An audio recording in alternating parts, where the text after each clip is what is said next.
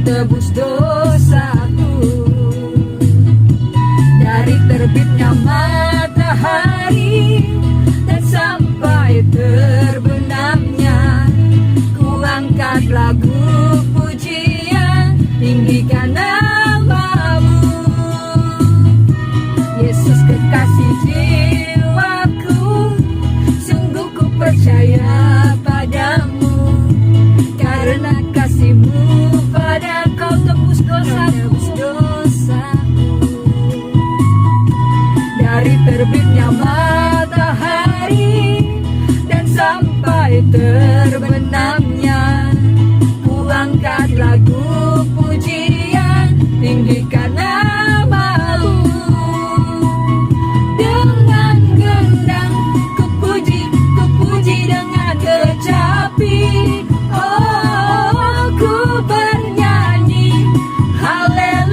Yesus kekasihku, dengan gendang ku puji dengan kecapi. Oh, ku bernyanyi haleluya, Yesus kekasihku. Yesus kekasih jiwaku, sungguh ku percaya padamu. Karena kasih-Mu padaku, Kau tebus dosaku. Dari terbitnya matahari dan sampai terbenamnya, ku angkat lagu pujian, tinggikan nama-Mu. Dengan gendang ku puji dengan kecapi. Oh, ku bernyanyi haleluya, Yesus kekasihku. Dengan gendang ku puji dengan kecapi. Oh, ku bernyanyi haleluya, Yesus kekasihku.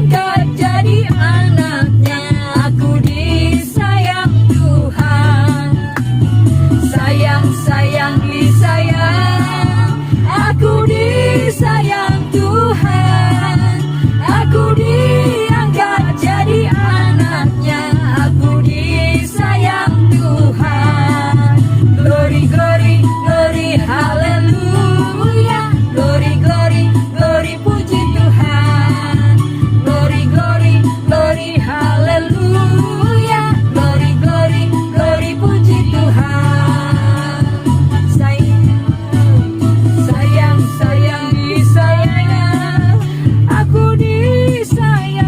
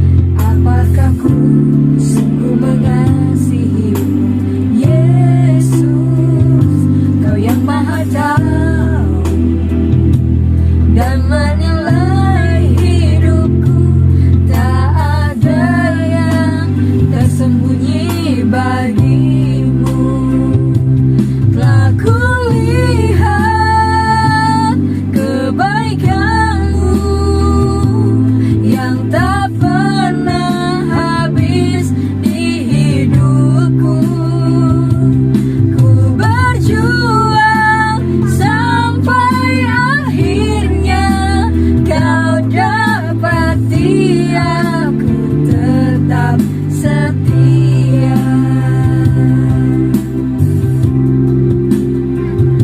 Selidiki aku, lihat hatiku, apakah ku sungguh mengasihimu, Yesus.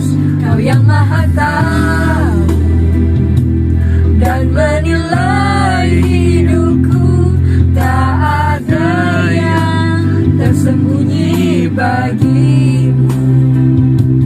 Telah kulihat kebaikanmu yang tak pernah habis di hidupku. Ku berjuang sampai akhirnya kau dapati aku tetap setia.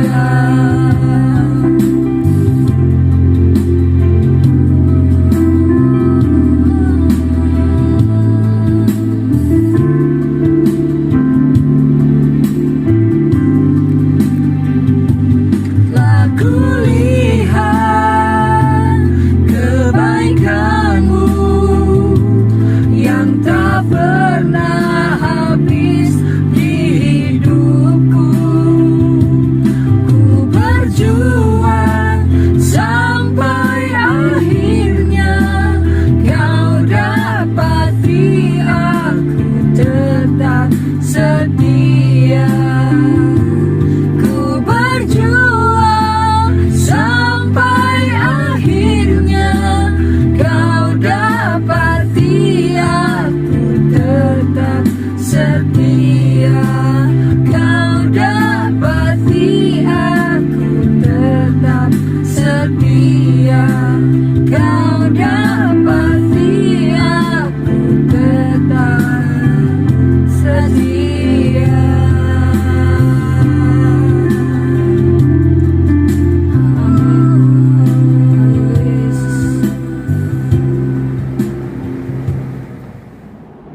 Shalom Bapak Ibu yang dikasihi Tuhan. Kita jumpa kembali dalam streaming video. Sebelum kita mendengarkan akan kebenaran firman Tuhan, mari kita tundukkan kepala, kita berdoa. Bapa di dalam surga, kami mengucap syukur dan terima kasih Tuhan untuk kasih anugerah-Mu. Tuhan, kami rindu akan kebenaran firman-Mu, dan saat ini kami akan duduk diam mendengarkan akan kebenaran firman-Mu. Biarlah firman-Mu ini menjadi terang buat jalan kami untuk terus melakukan kehendak-Mu. Mampukan kami ya Tuhan untuk mengerti dan melakukan kebenaran-kebenaran firman-Mu. Kami sambut kebenaran firman-Mu di dalam nama Tuhan Yesus Kristus. Haleluya. Amin. Amin. Bapak Ibu yang dikasihi Tuhan, dalam sebuah surat kabar USA Today yang sudah beberapa puluh tahun yang lalu, ada sebuah artikel yang ditulis oleh Rick Hampson. Di dalam artikel itu ditulis bahwa kehidupan pemuda-pemuda gereja atau kehidupan pemuda-pemuda Kristen sudah tidak lagi mempedulikan akan keadaan bangsa dan negaranya. Mereka tidak peduli akan adanya pemilihan presiden, akan ada pemilihan kepala daerah, ataupun pemilihan legislatif.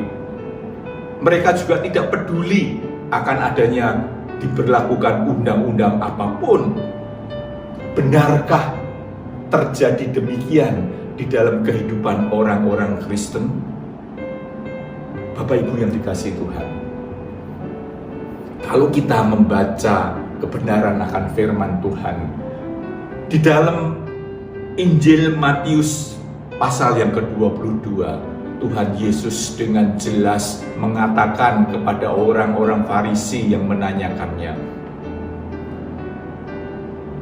Tuhan Yesus menjelaskan bahwa apa yang menjadi hak daripada kaisar, berikanlah itu kepada kaisar. apa yang menjadi hak daripada Tuhan, berikan kepada Tuhan. Dari ayat itu kita memahami bahwa sebagai warga negara dunia, kita harus tunduk dan taat kepada pemerintahan yang ada. Bukankah Rasul Paulus juga mengatakan tidak ada pemerintahan yang bukan berasal dari Allah? Padahal Bapak Ibu yang dikasihi Tuhan, saat itu bangsa Yahudi tidak senang kalau dia diwajibkan membayar kepada kekaisaran Romawi. Mereka harus membayar pajak. Bangsa Yahudi keberatan karena pajak itu langsung masuk ke perbendaharaan Kaisar Romawi. Bahkan uang itu dipakai untuk membiayai pembangunan kuil-kuil penyembahan berhala, dipakai untuk kehidupan mewah daripada bangsawan-bangsawan yang moralnya sudah merosot. Namun, walaupun Tuhan Yesus mengetahui hal tersebut, Tuhan Yesus menghendaki agar semua pengikutnya untuk tunduk dan taat kepada pemerintahan yang ada. Namun, Tuhan Yesus atau Alkitab juga mengatakan kita ini hidup ada memiliki dua kewarganegaraan, warga negara dunia dan warga negara surga. Kewarganegaraan dunia dipimpin, yang memiliki otoritas itu adalah manusia, sedangkan kewarganegaraan Allah atau pemerintahan Allah itu yang memiliki otoritas adalah Allah sendiri. Namun sebagai warga negara di dunia ini dan warga negara kerajaan surga, Rasul Petrus mengatakan bahwa kita harus lebih takut kepada Allah. Itu artinya kita harus lebih mengutamakan pemerintahan Allah lebih dari segalanya. Amin. Atas dasar itulah Bapak Ibu yang dikasihi Tuhan, hari ini saya akan menyampaikan kebenaran firman Tuhan dengan judul Hidup dalam Pemerintahan Allah. Hidup dalam pemerintahan Allah yang didasarkan dari Injil Lukas pasal yang ke-17, ayatnya yang ke-20 dan 21. Kita baca Injil Lukas pasal yang ke-17. Lukas pasal 17 ayatnya yang ke-20 dan 21, demikian firman Tuhan. Atas pertanyaan orang-orang Farisi, apabila kerajaan Allah akan datang, Yesus menjawab, katanya, kerajaan Allah datang tanpa tanda-tanda lahiriah. Juga orang tidak dapat mengatakan, lihat ia ada di sini atau ia ada di sana, sebab sesungguhnya kerajaan Allah ada di antara kamu. Amin. Dari ayat ini kita bisa memahami bahwa kerajaan Allah itu tidak ada tanda-tanda lahiriahnya. Namun berbicara tentang kerajaan Allah, Bapak Ibu yang dikasihi Tuhan, kerajaan Allah itu dari dulu sampai sekarang terus menjadi perdebatan. Banyak orang mempertanyakan, apakah kerajaan Allah itu kelihatan? Apakah kerajaan Allah itu secara fisik ada sehingga bisa dilihat? Atau kerajaan Allah itu sifatnya hanya rohaniah saja? Bangsa Yahudi, mereka percaya bahwa kerajaan Allah itu nyata. Kerajaan Allah itu ada secara fisik dan akan datang pada saat akhir zaman. Karena itulah mereka senantiasa merindukan Mesias, Juru Selamat itu yang datang, yang akan menjadi raja di atas segala raja, yang akan memimpin kerajaan Israel. Memang Bapak Ibu yang dikasihi Tuhan, kerajaan Allah akan berpuncak pada saat akhir zaman. Tetapi kita harus menyadari bahwa 2000 tahun yang lalu ketika Yesus datang ke Bethlehem, itu adalah awal dari akhir zaman. Tapi kenapa di dalam ayat yang kita baca ini Tuhan Yesus mengatakan bahwa kerajaan Allah berada di antara mereka? Itu artinya Yesus menghendaki bahwa kalau kita hendak mendatangkan kerajaan Allah di dalam kehidupan kita, artinya kita juga harus berada atau ada atau memiliki, mengenakan pikiran, perasaan, dan karakter Tuhan Yesus. Sudahkah Bapak Ibu, kita semua menghadirkan kerajaan Allah di bumi ini? Bukankah doa Bapa kami mengajarkan, datanglah kerajaanmu di bumi seperti di surga? Kerajaan Allah akan datang di antara kita, di tengah-tengah kehidupan kita apabila kita menghadirkan Tuhan Yesus di dalam kehidupan kita. Bapak Ibu yang dikasihi Tuhan, berbicara tentang kerajaan Allah itu memang tidak gampang, karena sifat dari kerajaan Allah itu tidak nyata atau tidak kelihatan, padahal kita hidup dari kecil sampai dewasa, sampai besar, sampai tua, selalu kita berhubungan dengan hal-hal yang nyata, yang secara fisik kelihatan.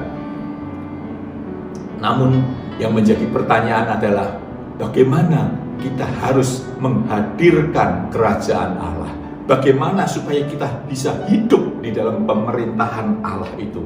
Karena kalau kita hidup di dalam pemerintahan Allah, kerajaan Allah ada di dalam kehidupan kita, maka kita akan merasakan sukacita, damai sejahtera yang luar biasa seperti kehidupan di surga. Bagaimana caranya kita bisa menghadirkan pemerintahan Allah di dalam kehidupan kita? Caranya, yang pertama, kita harus berjuang untuk menjadi anak-anak Allah yang sah. Kita harus berjuang menjadi anak-anak Allah yang sah. Memang menjadi anak-anak Allah itu perlu perjuangan. Menjadi anak-anak Allah itu tidak dengan sendirinya mengaku percaya kepada Tuhan Yesus kemudian menjadi anak Allah. Berbicara tentang anak Allah, pastinya orang akan terus membuka Injil Yohanes 1 ayat yang ke-12. Kita baca Injil Yohanes 1 ayat 12. Demikian firman Tuhan, tetapi semua orang yang menerima Dia diberinya kuasa supaya menjadi anak-anak Allah. Setiap orang yang percaya kepada Yesus diberinya kuasa untuk menjadi anak-anak Allah. Benarkah segampang itu menjadi anak-anak Allah? Karena kita sudah diberi kuasa untuk menjadi anak-anak Allah. Untuk itu kita perlu mengeksegesis tentang ayat ini, khususnya tentang kata kuasa. Apa pengertian kuasa itu? Saya sebagai seorang pengacara, ya, khususnya 6 bulan terakhir ini, ya, bulan April, Mei, Juni, Juli, Agustus, September, 6 bulan yang di masa pandemi COVID ini, saya rekap, ternyata saya menerima lebih dari 500 surat kuasa yang diberikan kepada saya untuk membantu mereka mencari keadilan. Ya, kuasa itu saya terima lewat Lembaga Bantuan Hukum Gereja Bethel Indonesia yang saya pimpin. 500 surat kuasa, 500 lebih orang yang mencari keadilan karena permasalahan-permasalahan ekonomi, permasalahan pekerjaan, dan sebagainya. Di dalam surat kuasa itu, dan di setiap surat kuasa itu pasti tercantum untuk bertindak atas nama pemberi kuasa. Saya sebagai penerima kuasa bisa untuk dan atas nama pemberi kuasa, baik itu menghadap kepada pengadilan, kepada kejaksaan, kepada kepolisian, kepada instansi manapun, bertindak untuk dan atas nama pemberi kuasa, menghadap, mempertanyakan, membuat keterangan, dan melakukan segala tindakan untuk kepentingan pemberi kuasa. Surat kuasa itu akan efektif berlaku kalau saya memang benar-benar bertindak untuk dan atas nama pemberi kuasa. Tetapi kalau saya sudah menerima kuasa, saya sudah tanda tangan menerima kuasa yang diberikan di atas meterai, tetapi kalau kuasa itu hanya saya pegang, saya tidak menggunakan hak yang terkandung di dalamnya, surat kuasa itu tidak ada manfaatnya. Demikian juga di dalam ayat Injil Yohanes 1 ayat 12, bahwa mereka yang percaya diberi kuasa supaya menjadi anak-anak Allah. Kuasa di dalam ayat ini kalau dibaca di dalam teks aslinya berbunyi exousia, yang artinya hak istimewa yang membuat seseorang memiliki fasilitas untuk bisa menjadi anak-anak Allah. Jadi kuasa di dalam ayat ini adalah hak istimewa yang diberikan kepada seseorang yang percaya untuk bisa memiliki fasilitas sehingga dia bisa menjadi anak-anak Allah. Kalau fasilitas yang Tuhan berikan ini tidak kita manfaatkan, tidak kita respon, tidak kita kerjakan, ya sama seperti surat kuasa yang saya terima. Kalau saya tidak bertindak untuk dan atas nama pemberi kuasa, menghadap, membela kepentingannya, surat kuasa itu tidak akan ada gunanya. Kuasa untuk menjadi anak-anak Allah itu baru efektif apabila fasilitas yang diberikan itu kita manfaatkan. Apa sih manfaat fasilitas yang Tuhan berikan supaya kita bisa menjadi anak-anak Allah? Yang pertama,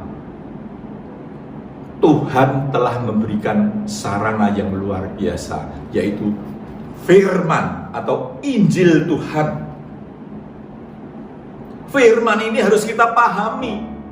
Saya sebagai pengacara membela suatu perkara, mau itu perkara pidana, perkara perdata, perkara kepailitan, saya harus memahami aturan undang-undang yang menyangkut perihal itu, sehingga saya bisa melakukan sesuatu sebagai kuasanya.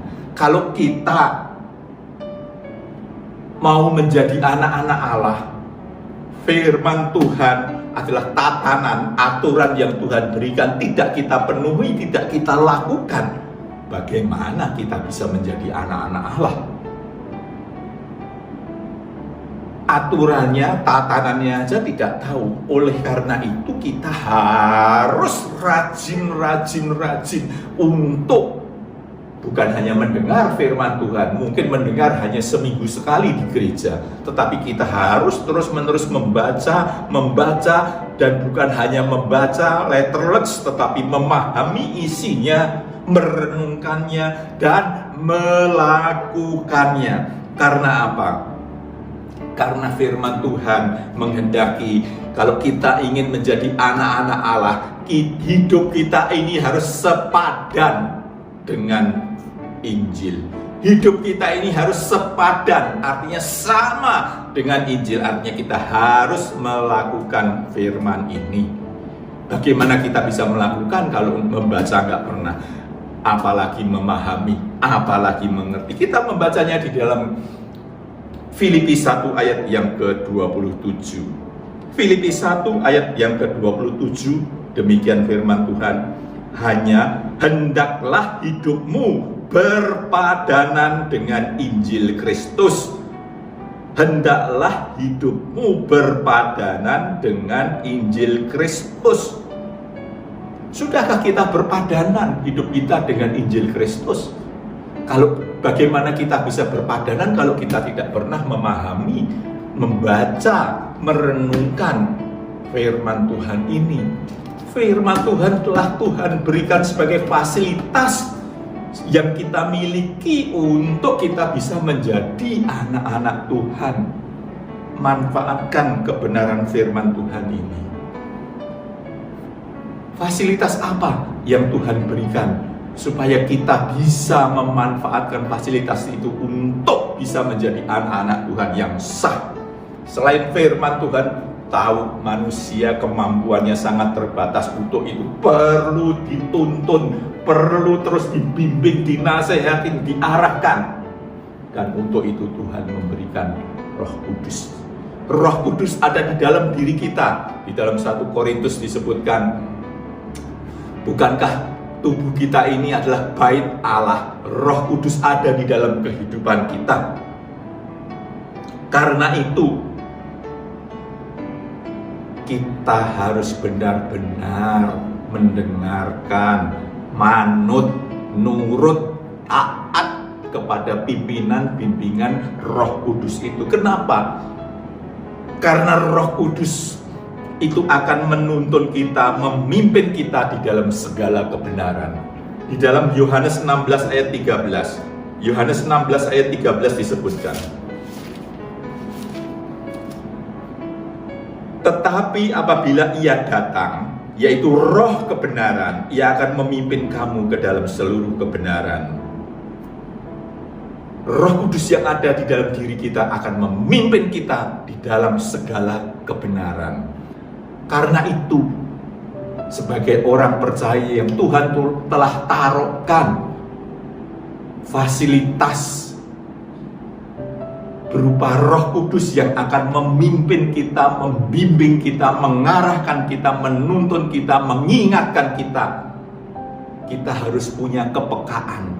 Kepekaan. Jangan ngeyel, jangan ngotot. Nggak apa-apa, ini mah kecil, dosa kecil. Nggak ada dosa kecil, nggak ada dosa besar. Roh Kudus akan memimpin kita ke dalam kebenaran. Kita harus bisa peka, harus bisa benar-benar tahu kalau hati kita mengatakan jangan, itu salah, itu Tuhan tidak berkenan. Jangan lakukan itu. Itulah Roh Kudus yang fungsinya menuntun kita ke dalam segala kebenaran. Karena kita harus peka, ya. Bapak-bapak pastinya harus peka, bukan sehari-hari terhadap istrinya. Biasanya istri-istri itu suka kalau ada maunya bisa kelihatan, tetapi kalau suami yang tidak peka membuat istrinya jadi jengkel. Bukan hanya peka terhadap istri, tetapi peka terhadap suara Roh Kudus. Karena kalau kita tidak peka terhadap suara Roh Kudus, tidak akan dituntun. Walaupun kita sudah mengerti firman Tuhan, mengerti aturan, tataran yang Tuhan aturkan, tetapi kalau tidak dibantu dengan Roh Kudus yang akan menuntun kita ke dalam segala kebenaran, itu tidak akan mudah.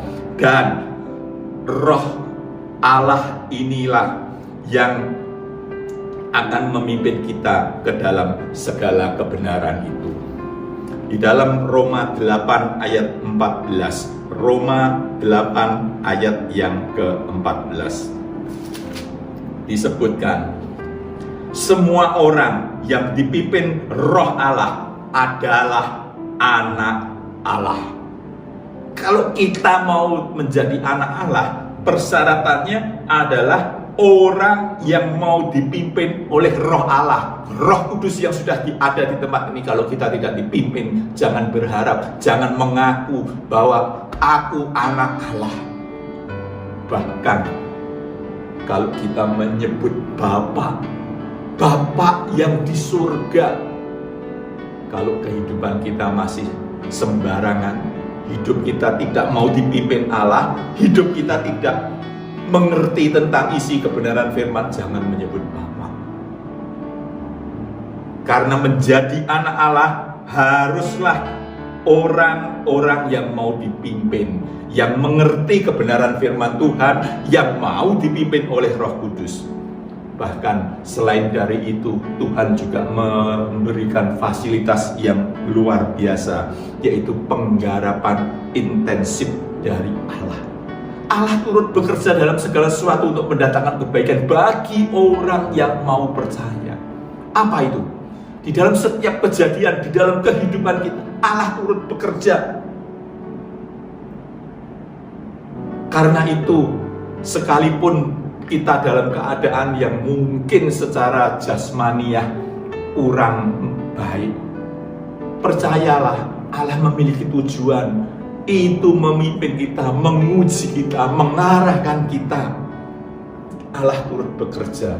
Jadi lewat 3 fasilitas yang Tuhan berikan itu, firman Tuhan, Roh Kudus, penggarapan dari Allah, itulah yang harus kita lakukan. Itulah yang harus kita respon, yang harus kita manfaatkan, yang harus kita gunakan untuk menjadi anak-anak Allah yang sah. Tidak mungkin kalau kita tidak merespon anugerah Tuhan yang memberikan kuasa untuk menjadi anak-anak Allah itu. Kuasa itu tidak akan berguna kalau kita tidak meresponnya. Jadi kuasa itu tidak otomatis membuat seseorang menjadi anak-anak Allah. Kalau kita tidak mau merespon, memanfaatkan fasilitas-fasilitas itu.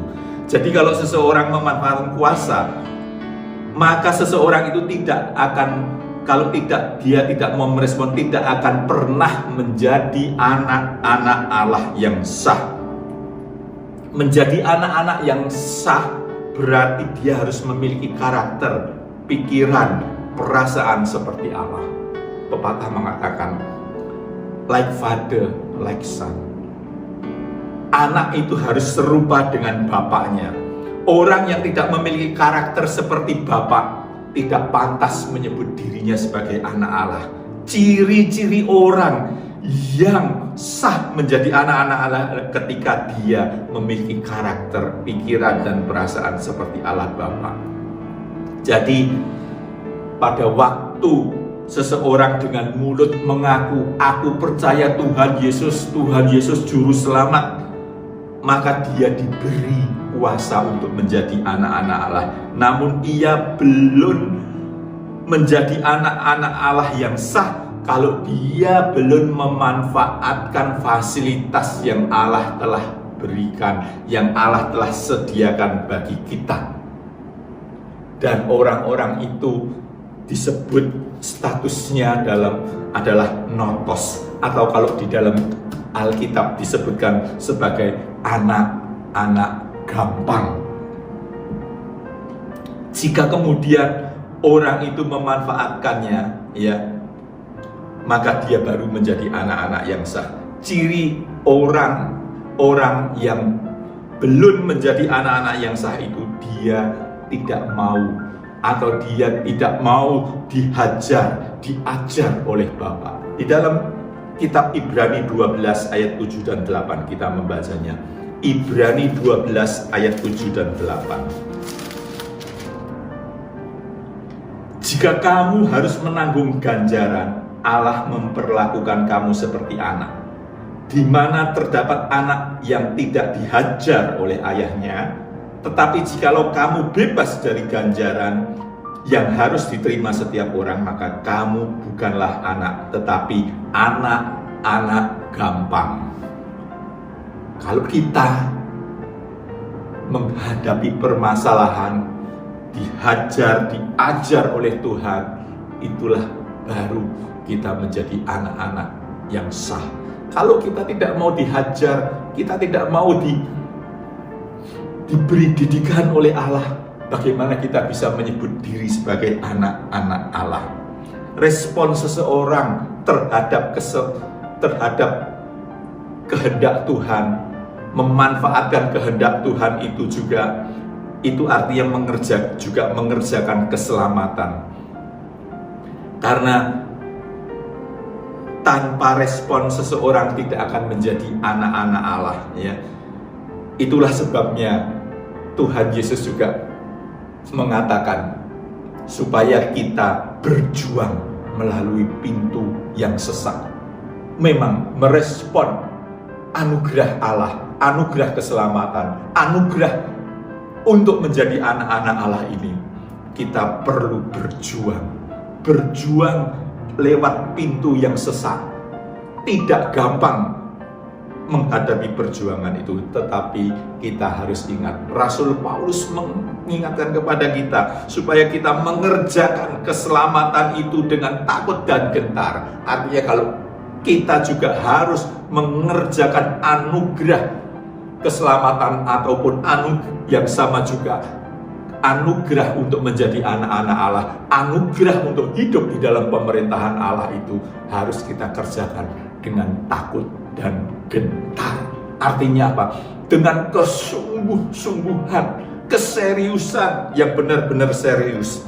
Jadi bila mana kita telah menjadi anak-anak Allah yang sah, yang telah merespon anugerah pengangkatan sebagai anak-anak tersebut dan melakukan kehendak Tuhan dan berkarakter seperti Kristus, barulah bisa kita hidup di dalam pemerintahan Allah. Kita bisa merasakan kerajaan Allah yang datang dan di dalam kehidupan kita di bumi ini seperti di surga. Amin.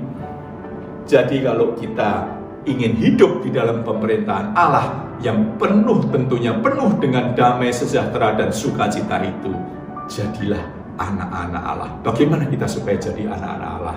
Ya, kita harus merespon fasilitas yang Allah telah berikan di dalam kuasa untuk menjadi anak-anak Allah itu. Belajarlah, pahamilah, renungkanlah siang dan malam firman Tuhan ini. Taat, tunduk, peka terhadap suara Roh Kudus, dan setiap saat, setiap hari renungkan, ya, karena apa yang terjadi, karena Allah turut bekerja dalam segala sesuatunya. Allah turut menggarap kehidupan kita. Kalau itu tidak benar, minta ampun, bertobat, perbaiki kelakuan itu. Amin. Jadilah anak-anak Allah yang sah supaya kita hidup di dalam pemerintahan Allah. Yang kedua, Bapak Ibu yang dikasihi Tuhan, selain kita menjadi anak-anak Allah, tentunya kita harus berjuang juga untuk mengenakan kodrat ilahi. Mengenakan kodrat ilahi berarti perjuangan juga, perjuangan melawan dosa, atau perjuangan melawan ketidaktepatan di dalam diri kita. Ketidaktepatan di dalam diri kita ini adalah keadaan manusia yang tidak sesuai dengan keinginan, tidak sesuai dengan pikiran, tidak sesuai dengan perasaan Allah. Itu harus kita perjuangkan untuk kita singkirkan. Itulah keadaan manusia yang telah jatuh dalam dosa, yaitu berkeadaan sebagai manusia yang kehilangan kemuliaan Allah.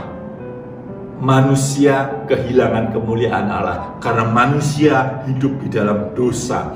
Karena itu kita harus singkirkan, kita harus berjuang menyingkirkan keadaan-keadaan hidup kita yang tidak berketepatan, yang tidak sesuai dengan kehendak Allah, kehilangan kemuliaan Allah.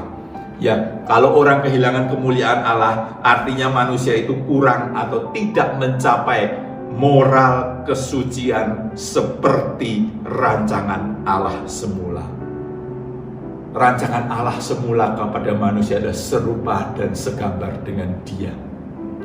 Karena dosa kita kehilangan, dan karena itu karya keselamatan Tuhan Yesus untuk mengembalikan kita menjadi segambar dengan Allah. Dengan segambar dengan Allah artinya kita ada bersama-sama dengan Allah nantinya di surga yang mulia. Manusia memang bisa menjadi baik, bisa menjadi santun, bisa berbudi pekerti yang baik, tetapi manusia itu tidak mudah untuk mencapai keadaan moralnya yang berstandar seperti yang Allah kehendaki, moralnya segambar dengan Allah. Karena manusia ada di dalam dosa, dan perlu kita pahami, dosa itu bukan hanya melanggar ketentuan hukum, melanggar ketentuan etika dan moral. Ya, dosa bukan hanya meliputi orang yang membunuh, orang yang mencuri, orang yang berdusta, menipu, tetapi setiap tindakan kita yang tidak sesuai dengan kehendak Allah itu pun termasuk dosa. Dengan demikian, kalau kita mengenakan kodrat ilahi, artinya segala perbuatan yang dilakukan, yang kita lakukan, baik yang kita pikirkan, yang kita ucapkan, yang kita lakukan, harus sesuai dengan pikiran dan perasaan Allah. Itulah yang disebut kodrat ilahi. Kalau kita bisa mengenakan pikiran, perasaan seperti pikiran dan perasaan Allah, barulah kita disebut mengenakan kodrat ilahi.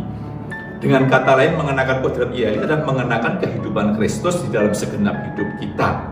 Karena apa? Karena makanan Kristus adalah melakukan kehendak Bapa dan mengerjakannya sampai tuntas. Di dalam Yohanes 4 ayat 34, demikian juga Paulus juga mengatakan, bagiku hidup adalah Kristus. Sudahkah kita berjuang untuk menjadikan diri kita seperti Kristus?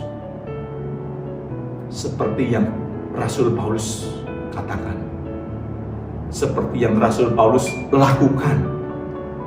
Dan itulah namanya kita mengenakan kodrat ilahi.